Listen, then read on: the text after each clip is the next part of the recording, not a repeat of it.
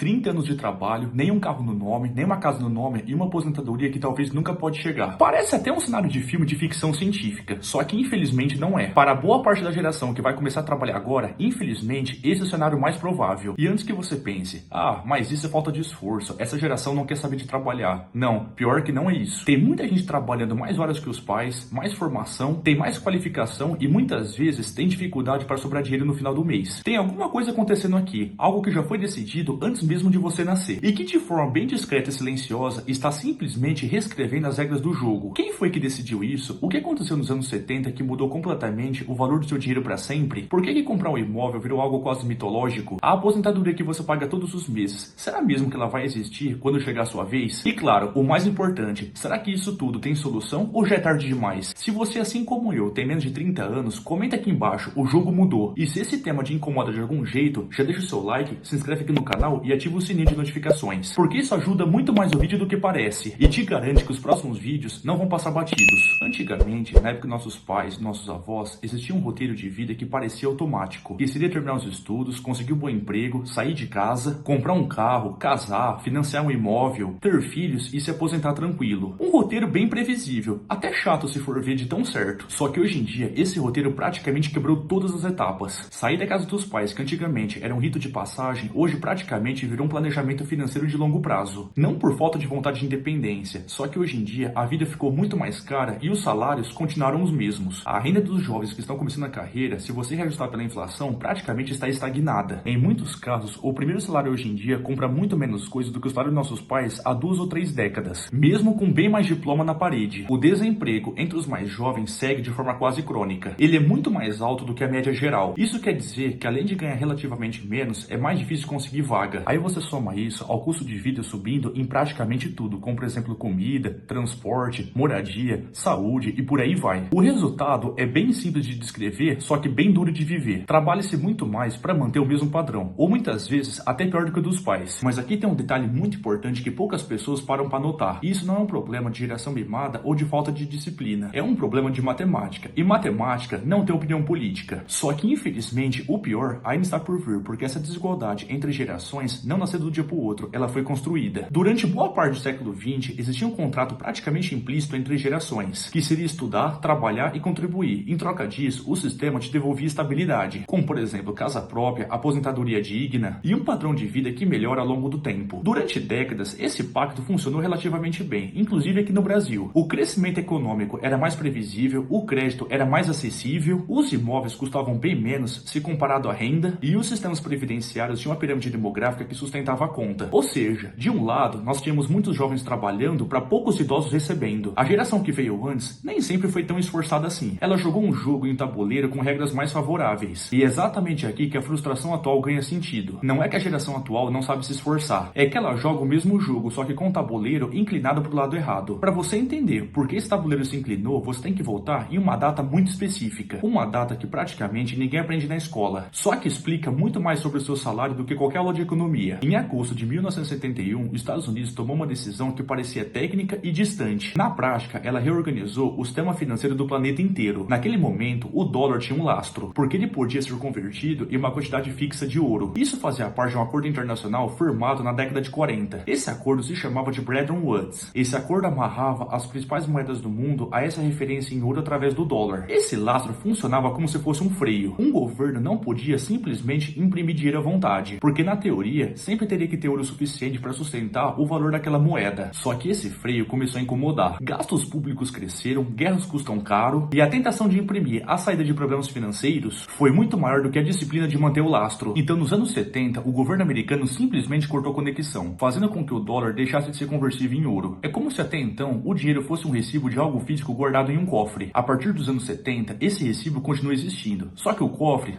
ficou vazio. A partir daí, o dinheiro começou a depender da confiança e da política monetária dos governos e dos bancos centrais, e não mais de um ativo físico limitado. Por conta disso, mais dinheiro pode ser criado com muito mais facilidade. E quando a quantidade de dinheiro cresce muito mais rápido do que a quantidade de bens e serviços disponíveis, o resultado é sempre o mesmo e ele tem nome, que seria inflação, onde cada unidade daquele dinheiro vale cada vez menos. É por isso mesmo que o seu avô comprava uma casa com um salário de alguns anos. E você, com o mesmo número de anos de trabalho, talvez não consiga nem dar entrada. Não é sobre esforço, mas sim o que aconteceu aconteceu com a régua que mede o valor do seu trabalho. Só que aqui vem a parte que praticamente ninguém te explica. Essa inflação não chega para todo mundo do mesmo jeito e nem no mesmo tempo. Essa diferença tem nome e talvez ela seja a peça mais importante do quebra-cabeça. Imagine uma cidade pequena onde do nada alguém começa a distribuir dinheiro novo. Só que infelizmente esse dinheiro não cai do céu igualmente para todo mundo. Ele entra para um ponto específico que geralmente fica perto dos bancos, das grandes empresas e também do governo. Aí só depois ele se espalha devagar para o resto da população. Quem está mais perto da onde dinheiro novo entra, consegue gastá-lo antes mesmo dos preços subirem, comprando ativos, imóveis, ações, tudo isso com os preços antigos. Quem está mais longe dessa fonte só vai conseguir enxergar o dinheiro novo entrar quando os preços já subiram. Os salários aumentam bem depois e o aluguel aumenta antes. Esse fenômeno tem nome, que seria efeito Cantillon, batizado por um economista do século XVIII que recebeu esse padrão muito antes de qualquer banco central moderno existir. E o efeito prático disso, ao longo das décadas, é simples e brutal. Quem possui ativos como, por exemplo, imóveis, ações e empresas, tende a ver o patrimônio crescer junto com a expansão monetária. Agora, quem vive só de salário, sem ativos, vê o poder de compra derreter lentamente. Não é coincidência que após o ano, a distância de quem vive só de salário e de quem tem patrimônio continue aumentando. Isso não é apenas sorte, nem apenas mérito. É em boa parte mecânica monetária. E adivinha quem entra na vida adulta sem nenhum ativo, só de salário? A geração mais nova, a famosa geração Z. Existe uma conta que poucos jovens realmente fazem. Quantas pessoas trabalhando hoje serão necessárias para sustentar as pessoas que se aposentarão no futuro? Décadas atrás, essa conta era bem mais favorável, até porque existiam muito mais contribuintes do que beneficiários. Só que a taxa de natalidade vem caindo de geração a geração, não só no Brasil, mas também no mundo inteiro. E ao mesmo tempo, a expectativa de vida só aumenta. O que seria uma ótima notícia para a saúde, mas para o sistema previdenciário isso é péssimo. O resultado disso é que essa pirâmide, aos poucos, está virando um losango. Em alguns países do mundo, é praticamente um triângulo invertido, ou seja, pouca gente sustentando muita gente. E infelizmente, essa não é uma previsão distante para os seus netos. É uma conta que vai amadurecer de quem está entre os 20 e 30 anos de idade. A aposentadoria pública já é incerta e tem um pedaço desse sonho que ainda é mais distante, que seria o telhado de uma casa que seja sua. O Brasil viveu um boom imobiliário entre os anos 2000 e os anos 2010, com crédito mais disponível, com programas habitacionais, estabilidade econômica relativa e o crescimento da renda empurraram o valor dos imóveis para cima. Para quem já tinha conseguido entrar nesse jogo naquela época, comprar e financiar um imóvel era uma tarefa muito mais acessível. Os pais de boa parte da geração atual aproveitaram essa janela naquela época. A geração mais nova chegou depois. Chegou quando os preços já tinham subido de forma acumulada, os juros de financiamento oscilando de forma mais agressiva e a renda real está mais exprimida. Quem já possuía o imóvel viu seu patrimônio aumentar com a expansão monetária. Quem não tinha entrado no novo mercado viu o preço da entrada subir muito mais rápido do que conseguia guardar dinheiro. É basicamente uma esteira rolante girando em direção contrária para quem está correndo atrás de alcançá-la. E o resultado disso a gente consegue ver nas rodas de conversa. Morar de aluguel até os 30 e poucos anos, dividir um apartamento com alguns amigos de 25 anos e adiar a ideia de ter casa própria para um horizonte mais incerto. Quando você trabalha, se esforça, economiza e mesmo assim sente que está dando para trás, uma pergunta muito perigosa vem na sua cabeça. Por que seguir as regras de um jogo que já parece ter perdido? Isso é o que explica o porquê uma boa parte dos jovens hoje em dia entra em jogos de aposta. Não por diversão, mas porque para muita gente apostar vira um atalho simbólico. Já o caminho tradicional de trabalhar e esperar décadas virou mais distante da realidade. O pior de tudo é que isso não é só no Brasil. No Japão mesmo, existe uma geração que a própria imprensa chama de geração das relações abandonadas. Pessoas que desistiram de namorar, de casar e de ter filhos. Na Coreia do Sul, esse nome é bem parecido, que seria a geração das renúncias. Na China, virou até expressão popular. Trabalhar só o mínimo para sobreviver, sem se desgastar por um futuro que parece não compensar. Você conseguiu perceber o padrão? São países diferentes, com culturas diferentes, com idiomas diferentes, só que exatamente o mesmo sentimento repetindo. Isso não é coincidência, mas sim um sintoma da mesma pressão econômica. Esse é o ponto mais perigoso de todos, porque não é apenas sobre dinheiro, é sobre uma geração que corre o risco de acreditar que o esforço não vale mais a pena. Mas reconhecer o problema é bem diferente do que se entregar a ele. Se o jogo mudou, a resposta não é desistir de jogar, é aprender as novas regras antes da maioria. Isso na prática é bem simples, é você aprender sobre dinheiro quanto antes, investir uma parte do que você ganha em bons ativos como por exemplo ações, fundos imobiliários ou até mesmo no seu negócio próprio. E principalmente pensar em décadas e não em meses. Quem prosperou nesse sistema não achou um atalho, mas sim teve paciência. Ninguém devolve da noite pro dia o que a inflação levou décadas, mas tem uma diferença enorme em quem aprendeu a jogar esse jogo novo e em quem simplesmente desiste e decide apostar tudo na sorte. Se esse vídeo fez você pensar diferente sobre o seu futuro financeiro, deixa o like, se inscreve aqui no canal e deixa um comentário aqui embaixo. Comenta aqui embaixo o que mais te marcou nesse vídeo e manda pra alguém que também sente esse peso. Até o próximo vídeo.